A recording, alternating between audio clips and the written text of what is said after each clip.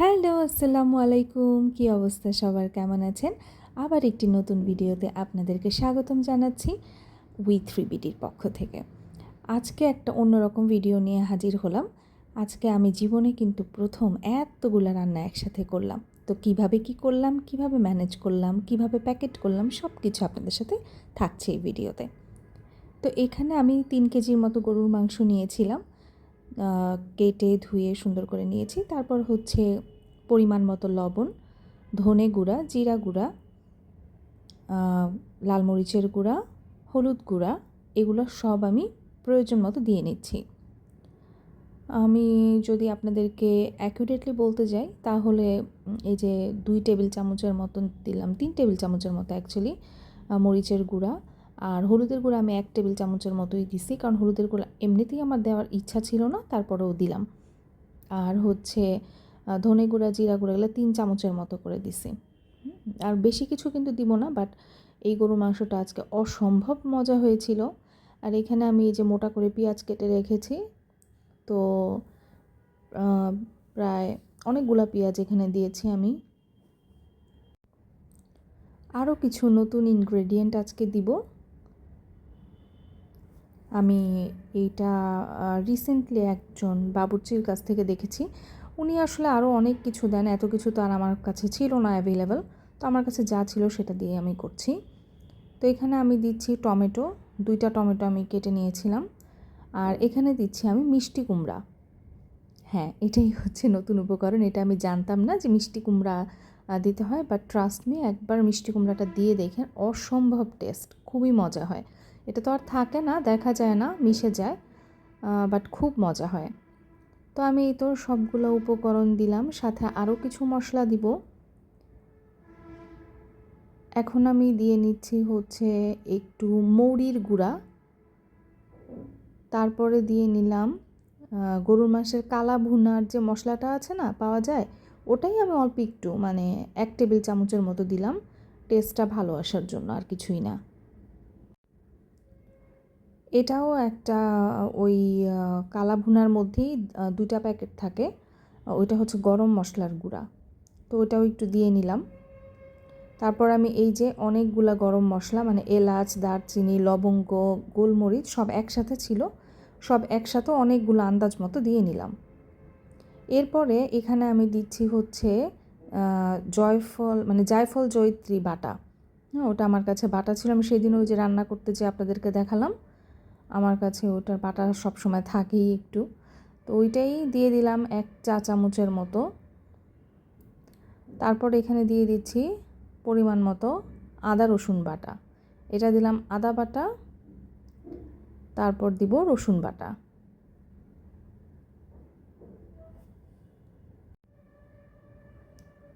এই তো রসুন বাটা দিলাম, দিয়ে সব কিছুকে আমি হাতে একদম এত ভালো করে মিক্স করছিলাম, মানে এটা লিটারালি অনেকক্ষণ ধরে মিক্স করেছি, যেন প্রত্যেকটা মাংসের গায়ে সুন্দর করে মশলাটা থাকে। তারপর আমি এখানে অ্যাড করছি সয়াবিন তেল। আমি এখানে 1 কাপের মতো সয়াবিন তেল দিয়েছিলাম। তারপর এগুলোকে ভালো করে আবার মিক্স করলাম। বেশি তেল দেইনি, কারণ গরুর মাংস থেকে কিন্তু এমনিতেই তেল উঠে, যেহেতু এখানে তেল চর্বি মিক্স ছিল, তো এমনিতেই তেল উঠবে, এর জন্য আর তেলটা বেশি দিলাম না। তো এই তো আমি চুলা জ্বালিয়ে দিলাম, তারপর জোরে জাল দিলাম প্রথমে, যেন বলকটা দ্রুত চলে আসে। তো বলক আসার পরে আমি জালটা কমিয়ে ঢাকা দিয়ে দিলাম। আমি কিন্তু গরুর মাংসে একটুও পানি দেই নাই, এই যে পানিটা কিন্তু একাই মাংস থেকে উঠেছে। তো এই গরুর মাংসের পানিতেই আজকে আমি মাংসটা রান্না করে ফেলেছি, আমি এক্সট্রা কোনো পানি অ্যাড করি নাই। যখন গরুর মাংস রান্না করবেন একটা ট্রিক বলে দিই, সেটা হচ্ছে বলক আসার পরে আঁচটা মানে লো করে দিবেন, মানে মানে লো, মিডিয়ামের থেকেও লো, এরকম করে দিবেন। তারপর ঢেকে দিবেন, দেখবেন যে মাংসের থেকে একাই পানি উঠে গেছে। আর বেশি জোরে জাল দিলে কিন্তু পানিটা উঠবে না, মাংসটা নিচে লেগে যাবে। তারপর এখানে আমি অনেকগুলো আলু কেটে দিলাম, দিয়ে এখানে সুন্দর করে কষিয়ে নিচ্ছিলাম। তো মাংসটা হাফ ডান হওয়ার পরে আলুটা দিয়েছি। তারপর আমার মাংসটা ডান হয়ে গেছে। আর এখানে দেখেন আমি চুলায় বসিয়ে দিয়েছি ডিম, 30টা ডিম আমি এখানে সিদ্ধ করছি। আসলে একটু খাবারের প্রিপারেশন ছিল বাইরের জন্য, এর জন্য আমি এগুলো করছিলাম। তো এটা আমার জীবনের ফার্স্ট এইভাবে করে আয়োজন করা। আর আম্মুকে ছাড়া তো আমি এগুলো কিচ্ছু পারি না, বাট এবার প্রথম আম্মুকে ছাড়া আমি এত বড় রান্না করে ফেললাম। তো আমি নিজের উপরে নিজেই প্রাউড ফিল করছিলাম। তো ডিমগুলো সিদ্ধ হয়ে যাওয়ার পরে এই চুলে আমি পোলাও বসাই দিলাম। তো এখানে আমি পরিমাণ মতো তেল দিয়ে নিচ্ছি। এখানে অনেকগুলো তেল, প্রায় 2 কাপের মতো তেল ছিল, সয়াবিন তেল দিয়ে নিলাম। এরপর আমি এখানে গরম মশলা অ্যাড করে দিচ্ছি, এলাচি দিচ্ছি, আর হচ্ছে দারচিনি দিচ্ছি। অনেকগুলো করে দিচ্ছি, মানে 8-10টা এলাচ, আর হচ্ছে বড় বড় 2টা দারচিনিকে আমি ভেঙে দিয়েছি। এগুলো কিন্তু সবগুলো আমি সুন্দর করে ধুয়ে তারপর তেলের মধ্যে দিলাম। তারপরে এখানে দিয়ে দিচ্ছি 1 কাপের মতো পেঁয়াজ কুচি, দিয়ে আমি ভালো করে এটাকে নেড়ে চেড়ে দিব। আর হচ্ছে প্রয়োজন মতো লবণ দিয়ে দিব, আপনাদের টেস্ট অনুযায়ী লবণটা দিবেন। আর লবণ দেওয়ার পরে আপনারা দিবেন। তারপরে হচ্ছে আবার পানি যখন দিবেন পানিটা টেস্ট করে দেখবেন। আবার যখন পোলাওয়ের চালটা দিবেন তখন আরেকবার টেস্ট করে দেখবেন লবণটা হলো কি না। পোলাওয়ের চাল দেওয়ার পর লবণটা একটু বেশি বেশি থাকে, তাহলে মনে করবেন ঠিক আছে।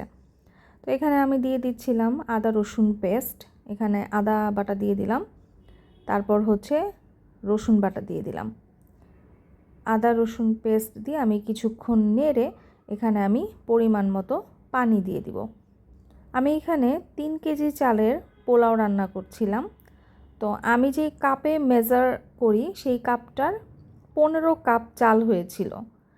তো আমি পানি দিয়েছিলাম 23 কাপ। হ্যাঁ, মানে 1 কাপ চালে 1.5 কাপ পানি, এটা হিসাব করে আমি 22-22.5 কাপ হয়, তো 23 কাপ পানি আমি এখানে মেপে দিয়ে দিছি, কারণ আমি মাপ ছাড়া পোলাও রান্না করতে পারি না। যখন পোলাওয়ের চালটা বেশি হয় তখন কিন্তু পানিটা একটু কম লাগে, মানে 1.5 কাপ করে হলেই হয়ে যায়। তো আমি এখানে 23 কাপ বললাম না, তো আমি 22 কাপের মতো পানি দিয়েছিলাম, 1 কাপের মতো আসলে দুধ দিয়েছিলাম। দিয়ে তারপরে হচ্ছে অনেকগুলো কাঁচামরিচ, প্রায় 15-20টা কাঁচামরিচ দিয়ে এটাকে ভালো করে বলক তুলে নিয়েছি। যখন ভালো করে বলক এসে পড়ছে তখন হচ্ছে আগের থেকে আমি ফার্স্টে আধা ঘন্টা চালটা ভিজায় রাখছিলাম, তারপরে হচ্ছে আবার আধা ঘন্টা চালটা ঝরা দিয়ে রাখছিলাম, হ্যাঁ, জালিতে। তো স্ট্রেইনারে এরকম ঝরা দেওয়ার পরে ওই চালটার পানি কিন্তু শুকাই গেছিলো। তারপরে হচ্ছে আমি এই বলক আসা পানিতে দিলাম। দেওয়ার পরে চালটা যখন পানিটা একটু শুকায় আসছে তখন হচ্ছে এটাকে তাওয়ার উপরে বসায় আমি দমে দিয়ে দিয়েছিলাম। তো এই যে দেখেন পোলাওটা কিন্তু একদম রেডি এবং খুবই ঝরঝরা হয়েছে, খুব সুন্দর পোলাও হয়েছিল, একদম পারফেক্ট। তো এইভাবে আপনারা যদি পানি দিয়ে মেপে করেন, যারা নতুন রাঁধুনি, অনেকেই দেখি যে পানি, যেমন আমার আম্মুর, তারপর আমার মামিদের পানি দেখতেই হয় না, মানে মাপতে হয় না, দেখেই তারা বুঝে যায় যে হবে কি না। বাট এটা আমি আসলে পারি না, আমার কোনো কিছুই আমি মাপ ছাড়া পারি না, তো এর জন্যই আমি মেপে দিয়েছি। তো এই তো পোলাওটা যখন ডান হয়ে গেল, এবার আমি চলে যাব প্যাকেজিংয়ে। তো আমার মোটামুটি সব ডান। তো এইবার আমি ডাইনিং টেবিলে চলে আসলাম। আমি আর আমার হাজব্যান্ড মিলে প্যাক করছিলাম। ফার্স্টে অর্ধেক দিচ্ছিলাম পোলাও, তারপর আবার ওই পোলাওগুলো বেড়ে তারপরে হচ্ছে মাংস দিচ্ছিলাম, দিয়ে আবার উপর দিয়ে পোলাও দিয়ে দিচ্ছিলাম, যেন ঢাকনা আটকালে এই মাংসের ঝোলগুলো আবার ঢাকনাতে ভরে না যায় বা লিক না করে বাটি থেকে। আর ওই যে ডিম সিদ্ধ করলাম না, সেই ডিম সিদ্ধ দিচ্ছিলাম। আর হচ্ছে এখানে আমি কিছু শসা কেটে নিয়েছিলাম এই কাজের মাঝখানেই, তো ওই শসাগুলা 4-5 পিস করে দিয়ে দিচ্ছিলাম। এগুলো প্যাকেট করতে কিন্তু আমার ভীষণ মজা লাগছিল, মানে খুব আনন্দ হচ্ছিল। আর আমার ছেলেও খুব এনজয় করছিল, বসে দেখছিল যে অনেকগুলা বক্স করা হচ্ছে। তো এই তো এখন হচ্ছে আমরা দুজনে মিলে বক্সগুলো আটকাচ্ছি।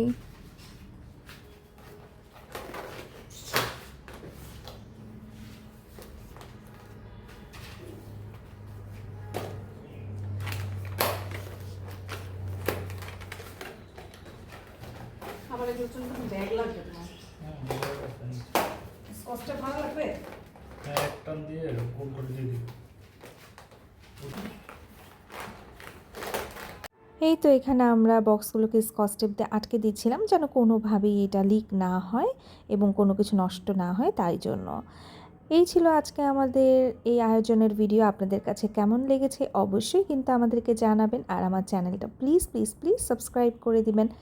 আর যারা আমার চ্যানেলে এসে কমেন্ট করছেন তাদেরকে অনেক অনেক ধন্যবাদ। Thank you so much. Bye by.